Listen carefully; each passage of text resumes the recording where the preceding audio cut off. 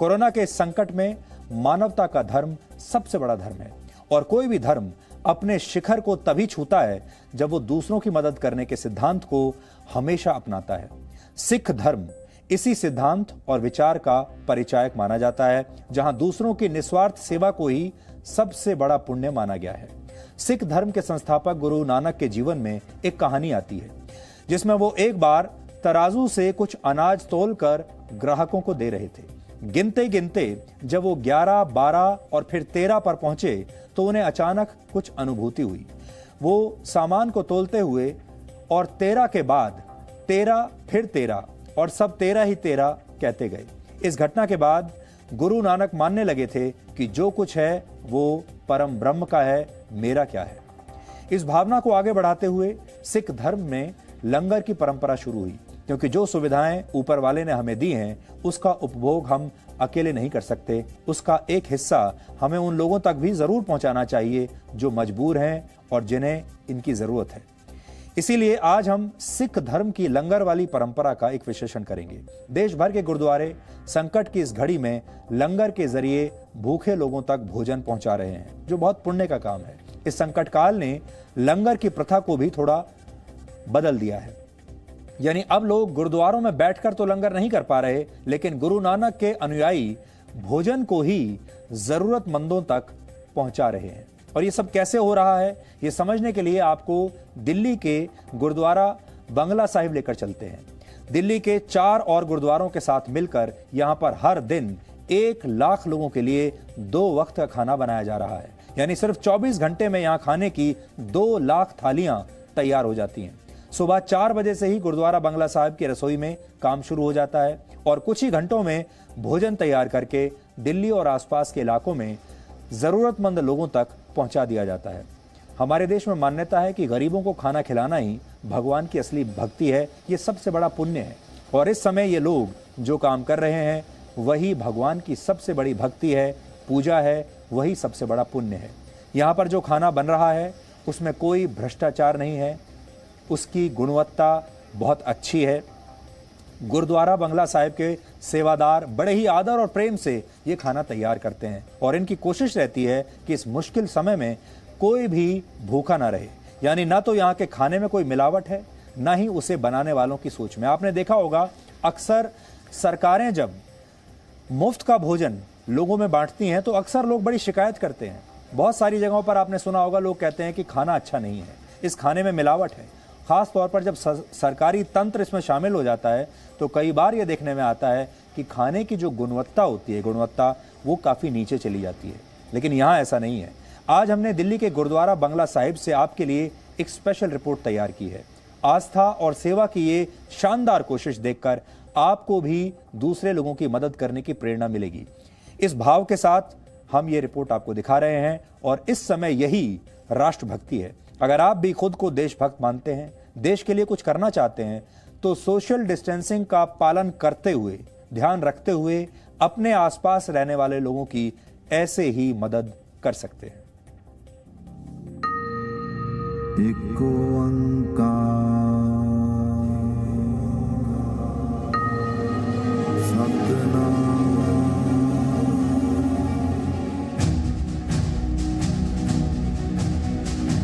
Corona के संकट काल में सहारा बने दिल्ली के गुरुद्वारे, जो इस संकट के समय में लाखों लोगों की भूख मिटा रहे हैं। इन गुरुद्वारों के दरवाजे बंद हैं, लेकिन इन्होंने जरूरतमंद लोगों की मदद का काम बंद नहीं किया है।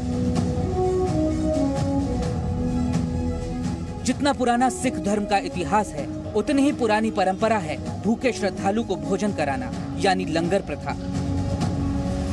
कोरोना वायरस के संक्रमण के कारण इस समय लंगर बंद है, इसलिए दिल्ली के गुरुद्वारा बंगला साहिब में लगातार खाना बनाकर उसे बाहर सप्लाई किया जा रहा है और इसकी शुरुआत सुबह 4 बजे से ही हो जाती है। कि ये सुबह 4 बजे से ये सब लोग लगे, सुबह 4 बजे से अभी 10:30 बजे तक पहली शिफ्ट का खाना जा रहा है। ये बंद होते ही 1 घंटे के रेस्ट के बाद दूसरी शिफ्ट शुरू हो जाएगी। सिख धर्म में अमीरी गरीबी, ऊंची या नीची जाति का कोई फर्क नहीं है। गुरु के घर पर सबका बराबर का हक है। इस समय दिल्ली के 5 गुरुद्वारे मिलकर हर दिन 1 लाख लोगों के लिए 2 वक्त का खाना तैयार कर रहे हैं। ये मशीन पूरी ऑटोमेटिक है। इस मशीन में कुछ नहीं करना, सिर्फ आटा गूंदा जाता है। आटा गूंदने के अंदर मशीन अलग से लगी है। यहाँ से ताजे प्रसादे हर सेकंड आप देखेंगे, हर सेकंड ऐसा ताज़ा प्रसादा आपने कहीं नहीं देखा होगा आज तक, ऐसे ताजे प्रसादे। क्योंकि हमारे यहाँ पे श्रद्धा है, सत्कार है, प्यार है, भावना है। ये जो प्रसादा यहाँ बनता है ये भावना से बनता है, इसलिए इसकी इतनी बरकत है, भूखे की आंखें इसको देखकर ही उसकी तृप्ति हो जाती है। ये इस तरह की भावना से बनाया जाता है।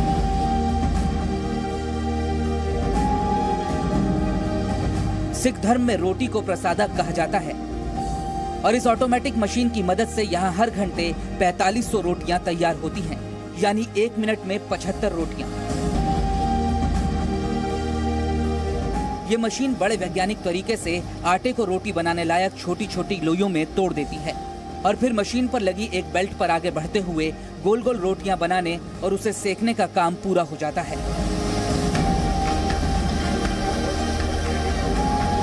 और पलक झपकते ही बनी हुई रोटियां मशीन से बाहर निकलने लगती हैं। सिर्फ रोटियां ही नहीं, लोगों के लिए दाल और सब्जी भी यहाँ तैयार होती है।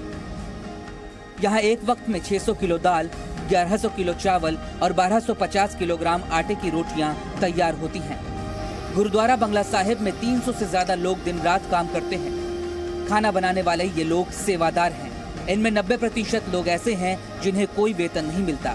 वो अपनी इच्छा से इस महामारी के दौरान लोगों की सेवा कर रहे हैं। और जब खाने में भाव आता है, जिस मन से उसको बनाया जाता है, ये सोचते हुए बनाया जाता है कि आखिरकार ये खाना किन लोगों तक जा रहा है, वो कितने दिनों से भूखे हैं, वो जब ये खाएंगे तो कितना खुश होंगे, कितनी दुआएं देंगे।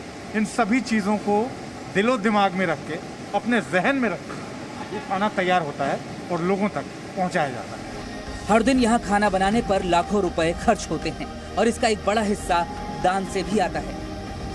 हमें खुद पता नहीं ये कैसे चल रहा है, हमें नहीं पता। हम जब सुबह आते हैं हमें पता चलता है जी आज 5 ट्रक ये आगे, 4 ट्रक ये छोड़ गए। हम कहते हैं भाई कौन दे के गया, वो मना कर रहे हैं नाम बताने से, हमें नहीं पता।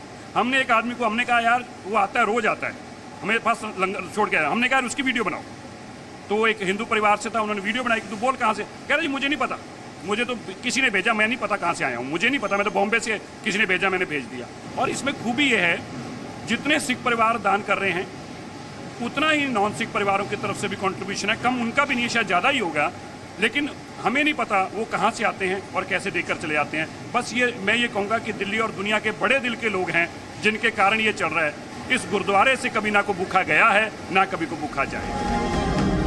दिल्ली के ये गुरुद्वारे अपने आप में एक शानदार मिसाल हैं। यहाँ धार्मिक गतिविधियाँ भले ही बंद हैं, लेकिन सेवा का काम लगातार जारी है। अच्छा, देश जो लड़ाई इस वक्त लड़ रहा है उसकी कवरेज के दौरान कई बार जब मैं रुकता हूँ और थमता हूँ तो सोचता हूँ, कभी कभी मन उदास भी होता है कि आखिरकार और कितने दिनों तक लड़नी है ये लड़ाई। और जब ये सोच मन में आती है तो भाव कमज़ोर होते हैं, लेकिन अगले ही पल देश के इन जैसे सिपाहियों के चेहरे और इनके भाव जब सामने आते हैं तो फिर वो विश्वास और भी प्रगाढ़ और भी मजबूत तरीके से दिल में जमता है। और दिल कहता है कि अगर इन जैसे सिपाही हैं तो इस लड़ाई को लड़ के जीतने से हमें कोई नहीं रोक सकता। अपने सहयोगी कमर खान के साथ अमित प्रकाश, जी मीडिया।